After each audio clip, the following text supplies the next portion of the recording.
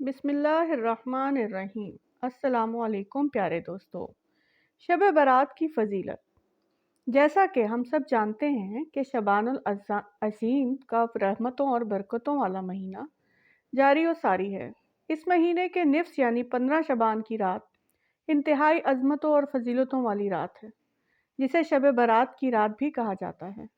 اس رات کو بخشش اور مغفرت کی رات بھی کہا جاتا ہے۔ شب برات دنیا اور آخرت کو سنوارنے کی فکر کا نام ہے۔ یہ رات اللہ کے رسول سے دوری کو ختم کر کے قربت کی طرف بڑھانے کا ایک موقع ہے۔ یہ رات حب الہی اور محبت رسول صلی اللہ علیہ وآلہ وسلم کی طرف ایک دعوت ہے، جس پر عمل پیرا ہو کر انسان اپنی دنیا اور آخرت کو سنوار سکتا ہے۔ دوستو، شب برات کی مزید تفصیلات آپ سب کے ساتھ شیئر کرنے سے پہلے آپ کے ساتھ حضرت عیسیٰ کا واقعہ شیئر کرتے چلیں۔ بیان ہوا ہے کہ حضرت سیدنا عیسیٰ علیہ السلام ایک پہاڑ پر تشریف لے گئے۔ وہاں آپ نے ایک سفید رنگ کا پتھر ملاحظہ فرمایا۔ آپ کو وہ پتھر بڑا پسند لگا۔ اتنے میں اللہ تعالیٰ نے وحی نازل فرمائی کہ اے عیسیٰ علیہ السلام، کیا میں تجھ کو اس سے زیادہ عجیب چیز نہ دکھاؤں؟ آپ علیہ السلام نے عرض کی، بے شک۔ اتنے میں وہ پتھر پھٹ گیا اور اس کے اندر ایک بزرگ نظر آئے، جن کے ہاتھ میں ایک سبز رنگ کا عصا تھا، اور وہاں انگور کا ایک درخت بھی تھا جس کا میوہ وہ بزرگ کھاتے تھے۔ آپ نے بزرگ سے دریافت فرمایا کہ تمہیں یہاں عبادت کرتے ہوئے کتنی مدت گزر گئی؟ اس نے کہا، میں یہاں 400 سال سے عبادت کر رہا ہوں۔ تو سیدنا حضرت عیسیٰ علیہ السلام نے بارگاہ الہی میں عرض کی، الہی، میرا خیال میں تو نے اس شخص سے افضل مخلوق پیدا نہیں کی ہے۔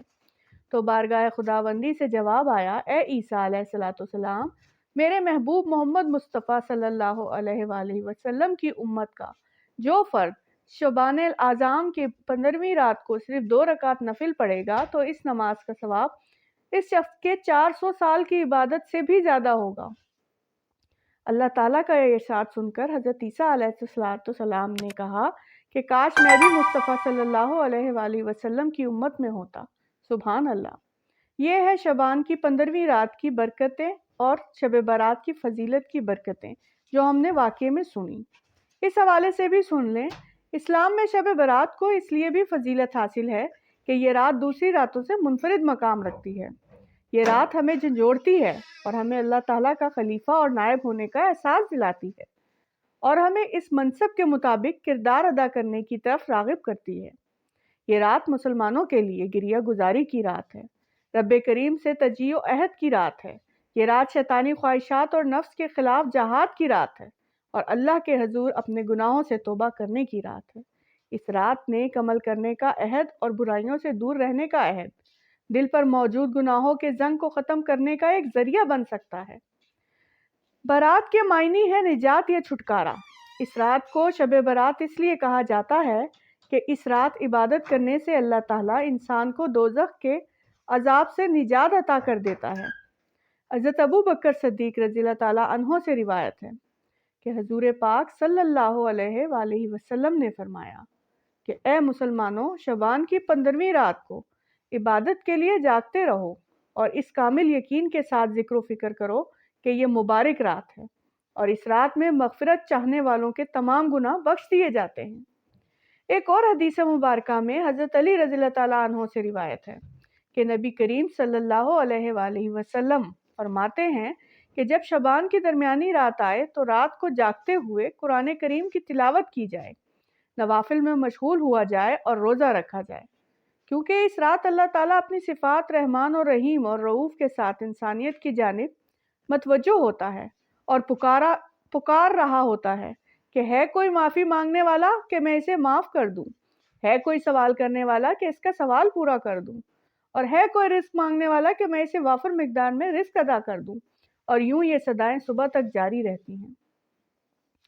رسول اکرم صلی اللہ علیہ وآلہ وسلم نے فرمایا کہ شعبان کی 15ویں شب عبادت میں بسر کرو اور دن کو روزہ رکھو، کیونکہ اس شب ہر بخشش طلب کرنے والے کے گناہ بخش دیے جاتے ہیں اور رزق طلب کرنے والوں کے رزق میں وسعت کی جاتی ہے۔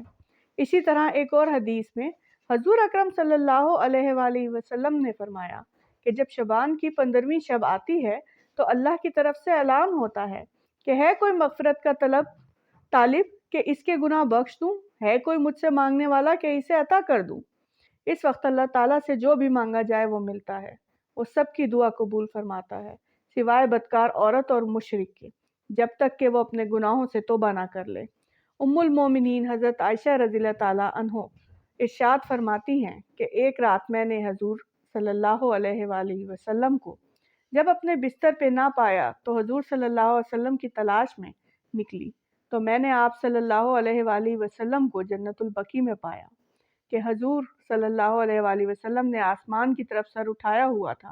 مجھے دیکھ کر حضور صلی اللہ علیہ وسلم نے فرمایا، اے اللہ تعالیٰ، نفس شبانی کو آسمانی دنیا پر جلوہ گر ہوتا ہے اور قبیلہ کلب کی بکریوں کے جس قدر بال ہیں ان سے زیادہ لوگوں کی بخشش کر دیتا ہے۔ شب برات کے حوالے سے یہ بھی قول ہے کہ یہ رات 4 خاص خصوصیات کی حامل ہوتی ہے۔ اس رات میں ہر کام کا فیصلہ ہوتا ہے، اس رات میں عبادت کرنے کی فضیلت ہے، اس رات میں رحمت کا نزول ہے، اس میں شفا کا اہتمام ہوتا ہے۔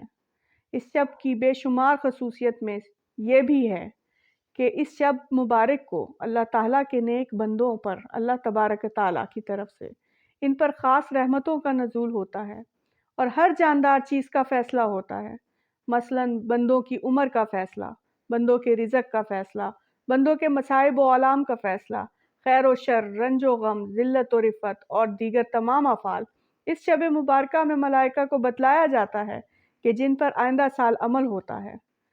امام ابو حنیفہ فرماتے ہیں کہ یہ رات قسمت انسانیت کی تقسیم کی رات ہے۔ اس رات گناہ گاروں کی مغفرت ہوتی ہے، مجرموں کی معافی ہوتی ہے، خطا کاروں کی نجات ہوتی ہے، اور یہ رات ریاضت احتساب اور تسبیح و تلاوت کی رات ہے۔ نبی کریم صلی اللہ علیہ وآلہ وسلم رمضان کے بعد ماہ شبان میں روزوں کا زیادہ اہتمام فرماتے تھے۔ اس سلسلے میں حضرت اسامہ بن زید رضی اللہ تعالیٰ عنہ نے آپ صلی اللہ علیہ وآلہ وسلم سے عرض کیا کہ میں نے آپ کو رمضان کے علاوہ شبان میں اتنے روزے رکھتے نہیں دیکھا، تو حضور صلی اللہ علیہ وآلہ وسلم نے فرمایا کہ شبان، رجب اور رمضان کے درمیان ہونے کی وجہ سے لوگ اس سے غفلت برتنے لگتے ہیں، حالانکہ یہ مہینہ ایسا ہے کہ لوگوں کے اعمال اللہ کے سامنے پیش کیے جاتے ہیں، اس لیے میں یہی پسند کرتا ہوں کہ میرے اعمال روزے کے ساتھ اللہ کے دربار میں پیش کیے جائیں۔ حضرت عائشہ صدیقہ رضی اللہ تعالیٰ عنہ نے بھی شبان میں کثرت سے روزے رکھنے کی وجہ دریافت کی تو آپ صلی اللہ علیہ وآلہ وسلم نے فرمایا کہ شبان وہ مہینہ ہے کہ جس میں ملک الموت کے لیے ان لوگوں کے نام لکھ دیے جاتے ہیں جن کی روح نکالی جانی ہوتی ہے، لہٰذا میری خواہش ہے کہ میرا نام مرنے والوں کے ساتھ روزے کی حالت میں آئے۔